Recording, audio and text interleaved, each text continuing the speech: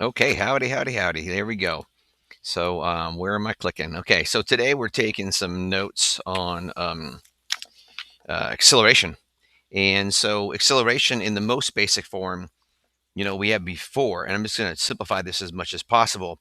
If I push this box, which has a mass, and I push it with a force this way, it's going to accelerate.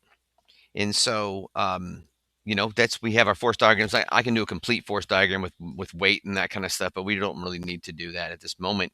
I'm just trying to get into your head that the idea that A equals net force over mass is our basic setup for what we've done in the past um, with all of these acceleration questions. And then now what we're going to do is we're going to take an object. Maybe it didn't really matter what it is. It could be a wheel. It could be a pulley. It could be something on a bike. It could be a merry-go-round. Whatever it is you want to say is that it is going to have some sort of radius, and we're going to push it with a force. And this force, we only care about the perpendicular part of that force, and that is going to also cause it to accelerate centripetally, but also accelerate tangentially. And the centripetal acceleration is not really what we're talking about right now. We're talking about the tangential acceleration, and that's basically how fast it will be going as it goes around. And then we're going to relate it to the acceleration in the rotational form, the angular form. Remember that centripetal acceleration has to do with what is making it stay in the circle. And in this case, if it's a solid object, it's probably just like the item itself has structure. And so if it's made of wheels and spokes, the thing that's making the tire go in a circle that's providing the centripetal acceleration would be the actual structure of the tire itself. So we're not talking about that. We're talking about the tangential acceleration, which is how fast the object is going to increase its spin. So, okay. Anyways, so let's start with this, and then let's talk about how we're going to get to alpha. And so what we're going to do is we're going to look at what are the rotational analogs of each item. And so the rotational analog for force, really, force is going to be an object that pushes or pulls, or a force is a force that pushes or pulls in newtons. And then torque is something that attempts to push it, but it's pushing it in a rotational aspect. And so torque is equal to the perpendicular force times the radius. And so if we just do the analogs, A, the analog is alpha, and then force, the analog is actually torque. And then, of course, we have this idea. And the idea is talking about today is really talking about inertia. And so in inertia, um, we have in the rotational sense, we have this letter I, and I'll put rot right down here. I is the rotational inertia, and it is related to, I'm going to put a star here because I'll give you that in a second, m times r. But if you were paying attention today, it's not just m times r, it's n times r squared. The star right there is actually saying, hey, there's going to be a coefficient out there sometimes, right? That coefficient, you need to look on your shape sheet. Look on your shape sheet, the sheet with all the shapes. I have one handy right here. And so, for instance, um, if it is a hoop, it is just mr squared, right? And that's 100% of r squared. And if it is the disk, it's 1/2 mr squared. And these are ones we did today in class. And if it is a sphere, it's actually 2/5 mr squared. And we found out that this one is the fastest because it has the lowest rotational inertia, which is the lowest amount of resistance to acceleration. And then this one was the second fastest, not including the cart that we did today. This was the second fastest because this is 50% of the rotational inertia.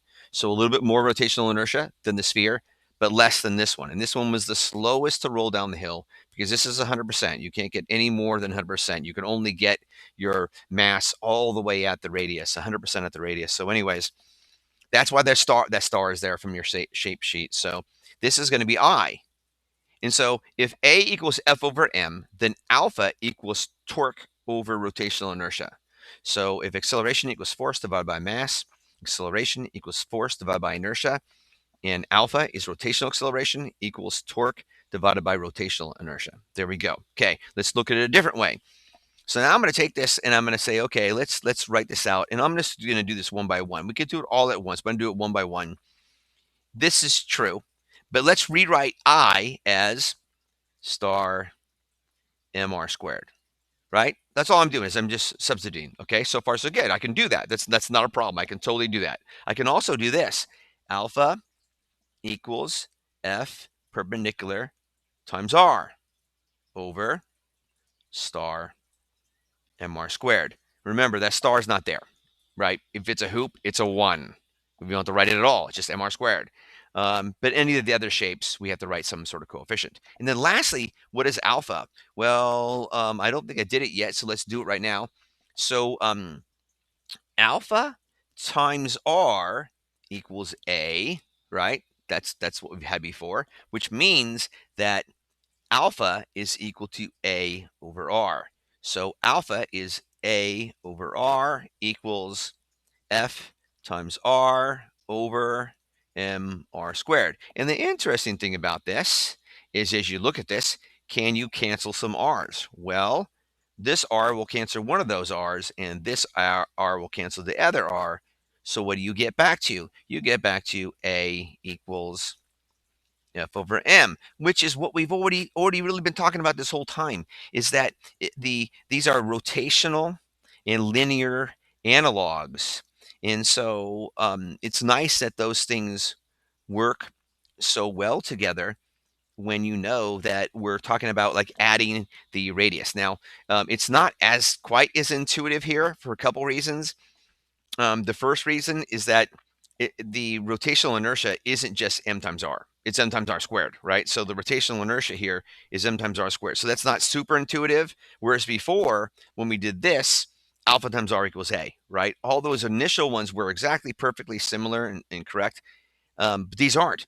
Um, Torque is equal to F times R. You might think, well, if we follow the same pattern as before, then it should be torque times R equals F times R. And it's just not. But when we put them all together back into here, then the radii, they all cancel out and you get back to your form. So this is the rotational analog and this is the linear analog. And these are all sorts of different ways that you can kind of look at this in order to answer these questions. So now go ahead and take a look at the questions on the Sparky Science quiz. 6.2, question number 7. And question number 7 is going to ask you, hey, the first question I think it asks is, what is it asks you, hey, what's the rotational inertia, right? It asks you that. And so you're going to say, oh, I know. What is the shape? Well, that's going to be the coefficients, maybe a half, maybe 2/3, maybe 2/5, right? But you got to check their shape sheet. This is always going to be given to you either on the test or in a equation sheet. It's not something AP Physics is going to say, oh, we got to remember all this stuff. You really actually don't have to do that. But they are all mr squared. So it's some sort of coefficient, maybe 2/3. You need to check it out, times mr squared. Then it's going to say, hey, what's the torque? It's going to give you a situation. Hey, it's pushing, and if it's pushing, it's a force at an angle to the radius, then what's the torque? And you say, okay, well, the torque is equal to force perpendicular times the radius, or that's also equal to F R sine theta, right? And so either way, and then finally, it's going to ask you, hey, what's the acceleration? And so the acceleration is simply going to be torque divided by I, which you also could have found by doing FR sine theta over whatever the coefficient was, R squared. Okay, so anyways, that is the way you answer question number 5, and that's how we apply this stuff going forward. And we'll do some lots of stuff on this as far as like if there's an equilibrium, then the forces are all balanced, which means that if there's a torque one way, there's an opposite torque the other way to balance them out. However, we're gonna transition later to where one force is stronger than the other, and then it will accelerate. So Um, anyways, that's what we have for today is the trying to find the rotational inertia, and then additionally the angular acceleration using rotational inertia and torque. So we put it all together now. So have a great day, and try to see if you can work on that. And also, there's a My AP quiz. In the My AP quiz, I can't remember what it's called. I think it's called rotational inertia and equilibrium. I think perhaps that's what it's called. We'll see if I'm right. Okay. All right. I will talk to you guys later if I can figure out how to turn this bad boy off. And maybe yes, maybe no. All right. Here we go. See ya. Sayonara.